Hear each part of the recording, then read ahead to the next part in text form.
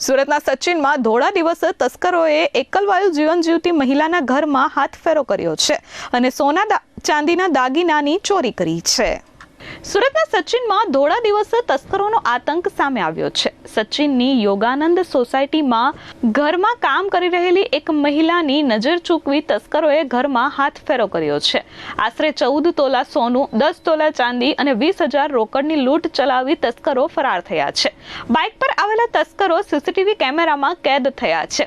વિદેશમાં રહેતા પુત્રની ગેરહાજરીમાં મહિલા અહીં ટેલરિંગનું કામ કરતા હતા અને ત્યારે તસ્કરોએ તેમના ઘરને નિશાન બનાવ્યો છે। હાલ પોલીસે સમગ્ર મામલે તપાસ શરૂ કરી છે।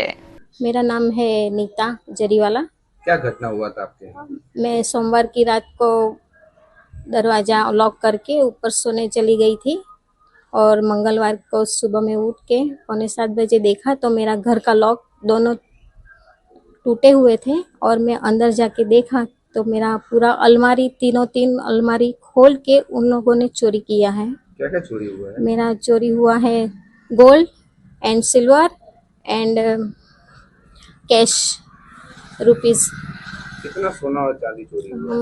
मेरा सोना था 14 तोला, चांदी था 10 तोला और कैश था 20,000। हाँ, मैंने ली है सचिन पुलिस स्टेशन की मदद। क्या कहा उन्होंने? उन्होंने कहा है कि प्रोसेस चालू कर देंगे अभी और चालू ही है। ब्यूरो रिपोर्ट S24 न्यूज़ सूरत।